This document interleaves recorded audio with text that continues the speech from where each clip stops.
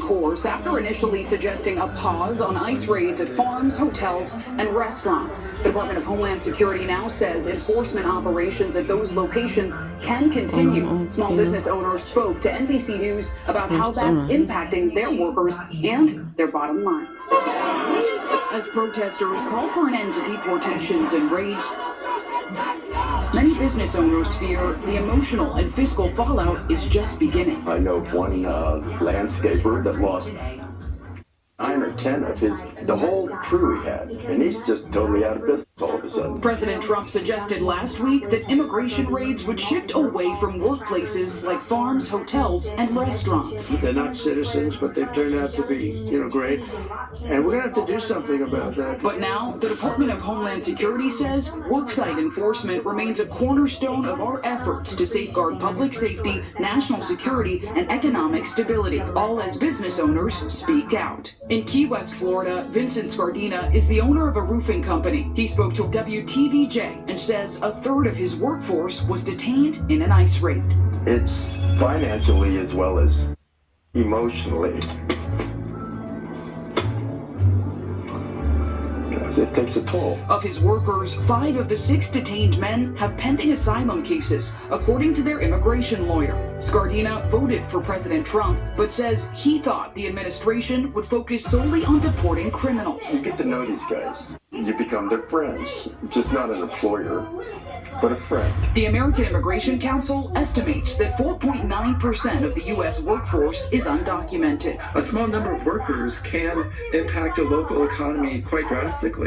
This Kansas City street, once the heart of a thriving Latino community, is now facing a dramatic decline in sales, as told to our affiliate KSHB. I call ahead of time to see if there is any immigration nearby or anything. And in Chicago's Little Village, recently we have seen fewer clients, fewer people have been coming. WMAQ visited the hub. We had an incident that somebody posted a TikTok from a Totonico, and as soon as they put that up, people diminished. In Boston, residents sharing similar sentiments with WBTS that fewer people are leaving their homes. If these events are being used to fit our herd, so to speak, this problem. Closer to the heart of the protests, in California, the fear is palpable, as one worker told KNTV. Definitely been a decline in sales. The chilling effect, particularly detrimental to service industries. When we look at agriculture, we know that 15.1% of the workers of the construction industry, we know that 14.1% of workers are undocumented. And the guidance at the federal level continues to expand. I'm having clients that do that work still being picked up even today. If we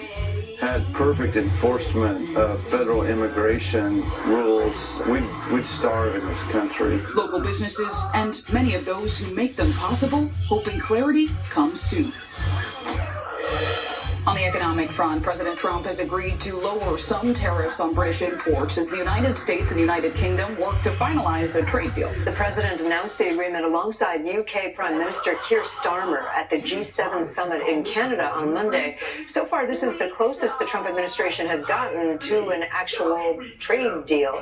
Let's bring in NBC News senior business correspondent Christine Romans. Christine, so the UK is not the biggest trading partner that the US has. So what does this agreement actually mean for consumers? Yeah, the first kind of out of the gate, but it's the 8th or 9th trading partner of the U.S. A couple of things here. You've got aerospace machinery that's going to be allowed in with some lower tariffs, some zero tariffs. That's really important in terms of keeping those costs low for companies that use those in the U.S. Also, auto imports.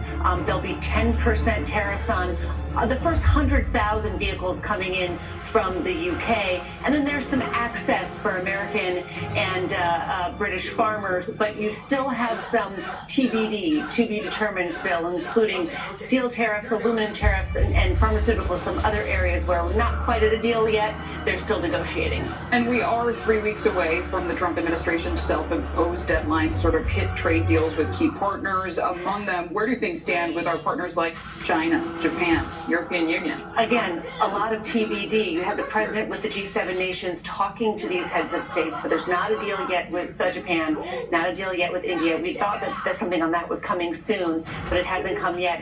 And with the EU, that's a huge trading partner of the U.S. Nothing there yet, although the president and the leader of the EU negotiating team, the essential, we all want to speed things up, Mr. President. We're going to try to get a deal done. So a lot of details to work out there. Just quickly, there is that 10% tariff on pretty much the rest of the world that's still there, but we're not seeing huge